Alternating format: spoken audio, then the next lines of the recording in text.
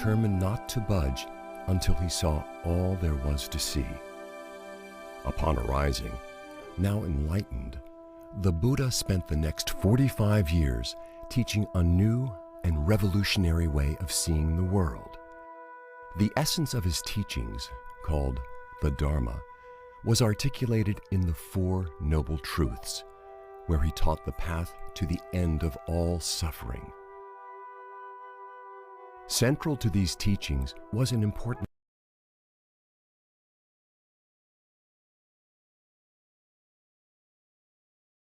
notion that the Dharma is not just about humans.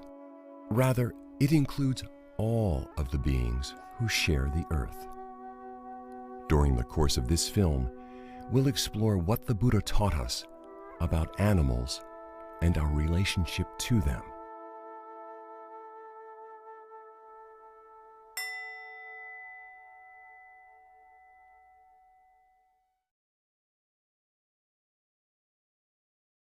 Most people raised in the West were taught that animals are very different from people. The food culture centers around eating animals. It's everywhere, in advertising, in restaurants, in the supermarket, and few people think twice before eating a hamburger, or steak, or a piece of chicken.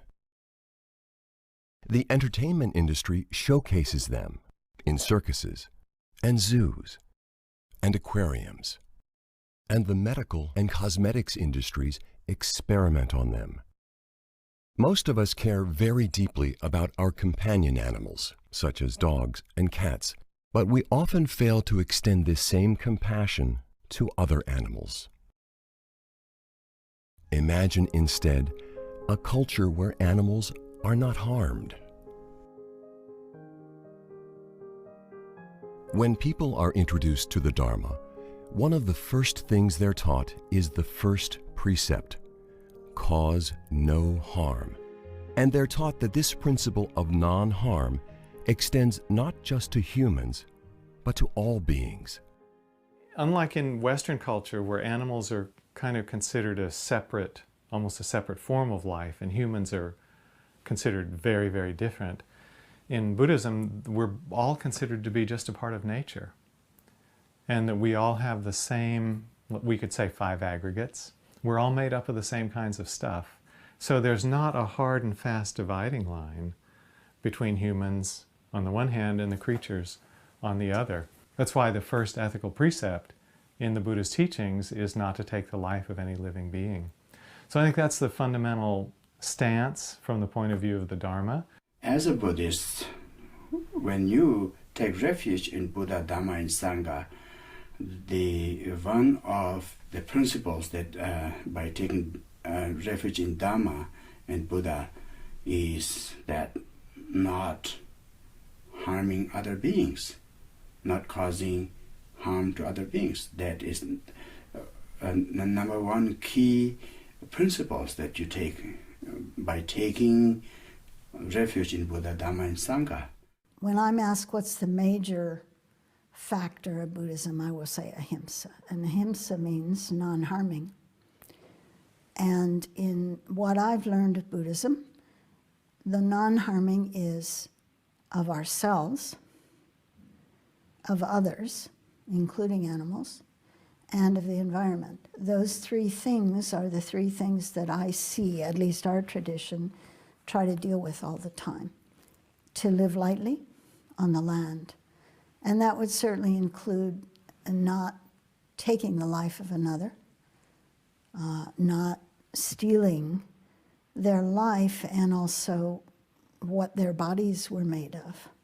So the teaching is really, not to do any harm. That's the first precept, not to kill, or sometimes it's translated as harm living beings. And it's partly to do with a sense of compassion for the animal, a sense of recognizing that animals suffer.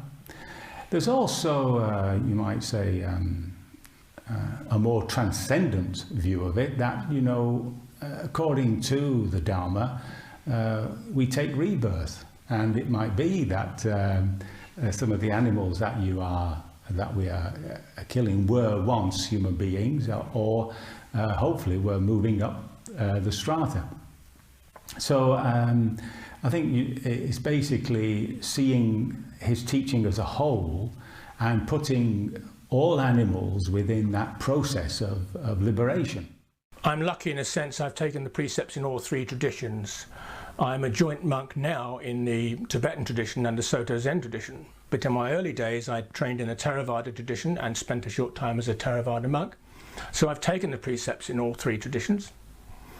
In the early tradition of Theravada, the first precept was translated to me as Panatipada Vinamani Sikapadang Samadhyami. I undertake the rule of training to refrain from causing injury to living things. That's all living things. That's how it was taught to me. And that's how I teach people. All living things. So we refrain from harming them. That's the same in the Tibetan tradition, because in the Tibetan tradition, the Vinaya is based on the early Patimokkha tradition anyway, so the precepts are more or less the same. The difference comes in the Zen tradition, where the first precept just says, do not kill. And this means do not kill the Buddha. Do not kill the Buddha mind, if you like. Do not do anything that hampers the growth and movement and flow of the Buddha mind, the Buddha nature, the Dharmakaya. So obviously the eating of animals and the interfering with the animal kingdom, exploiting it, does affect that precept, does block that flow, does get in the way of the flow of the Buddha mind, of the Dharmakaya. So the first precept, not to cause any injury to any living thing, means any living thing. You know, it's interesting to me because the suttas on one hand are very clear about non-harming. And when they talk about beings, it's all beings, it's sentient beings. Included in the first precept of non-harming is to not take life. So that seems fairly clear to me that the Buddha was intending us to include in our field of metta or loving kindness all kinds of beings, from the smallest to the largest, the two-legged, the four-legged, the many-legged. So that's really how I hold it, and certainly how I try to live my life. And I don't claim to be perfect. There are challenging situations about that. But the first precept of non-harming is really very dear to my heart, both as an attitude towards, you know, people that I meet, certainly, but as I said, to all beings, and really acknowledging that to each being, their life is precious. To practice compassion, to practice loving friendliness, metta, to appreciate, to develop appreciative joy of life. We always say we abstain from killing, one of the 5 precepts. So this precept applies to everybody. Buddhism has 2 main branches, Mahayana and Theravada. In both lineages, the Buddha talks about our relationship to animals and the fundamental question of the morality of eating them. In the Mahayana scriptures, the Buddha is unequivocal, addressing the subject in detail in the Lankavatara Sutra. For innumerable reasons, the Bodhisattva, whose nature is compassion, is not to eat any meat.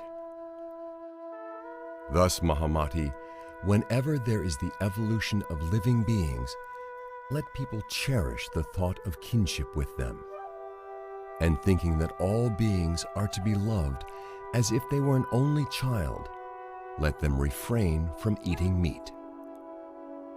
If, Mahamati, meat is not eaten by anybody for any reason, there will be no destroyer of life.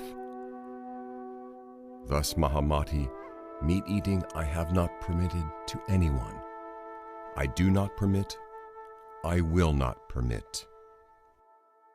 There are many different quotes of the Parasist Buddha talking about different lives and not eating meat.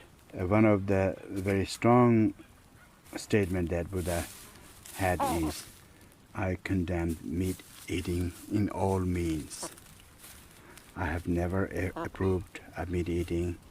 I will never approve of meat eating. And I do not approve of meat eating for my followers.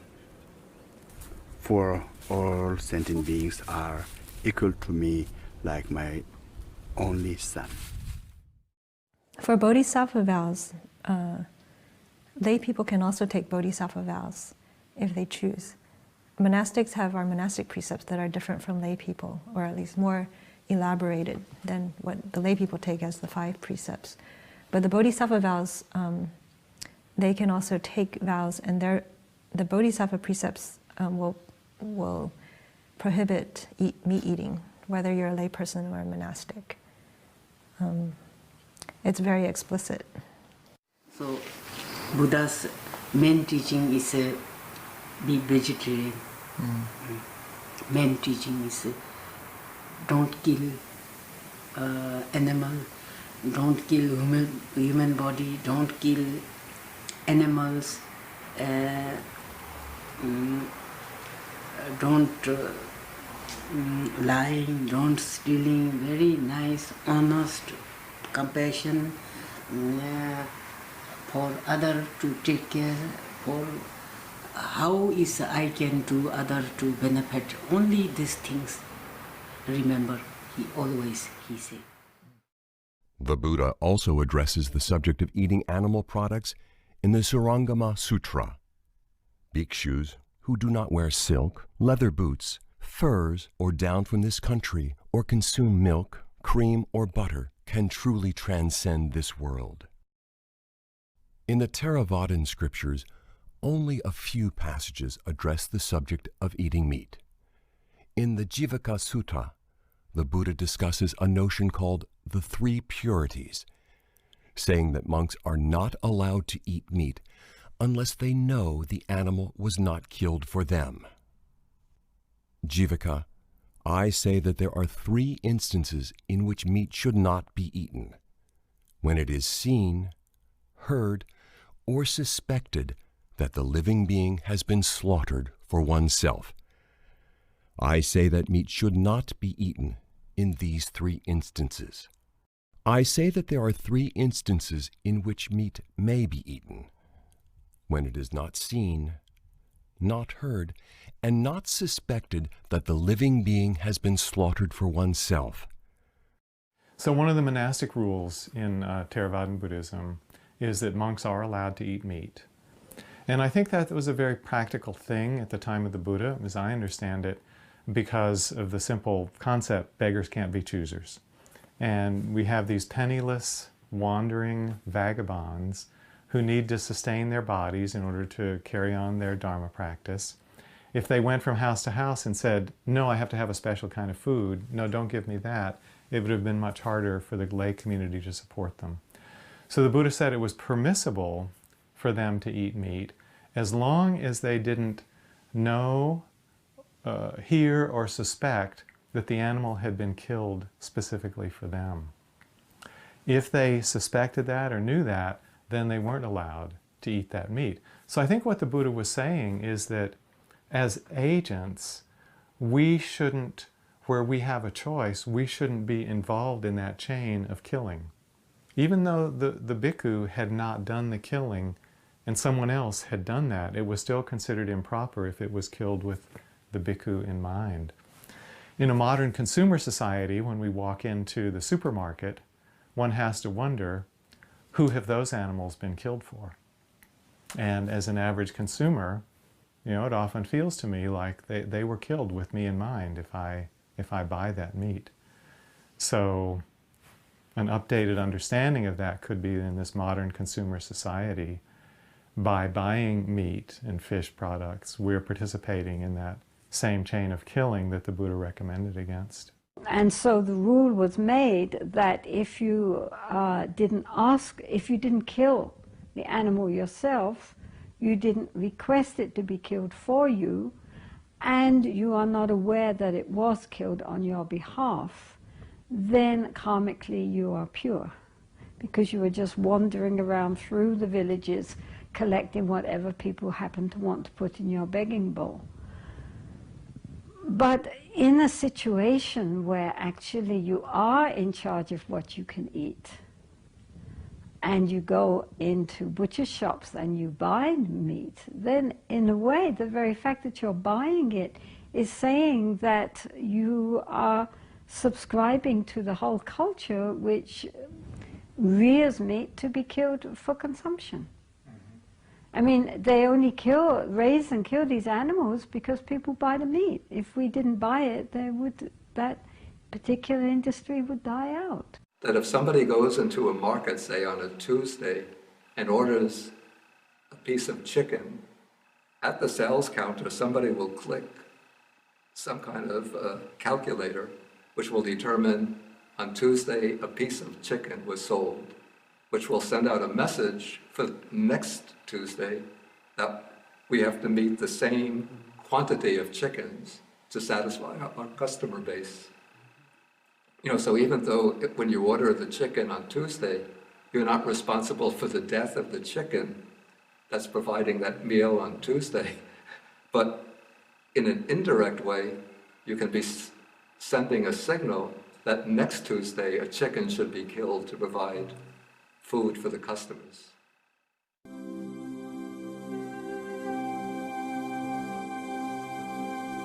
Many people who have not spent time with animals don't realize just how much like us they are.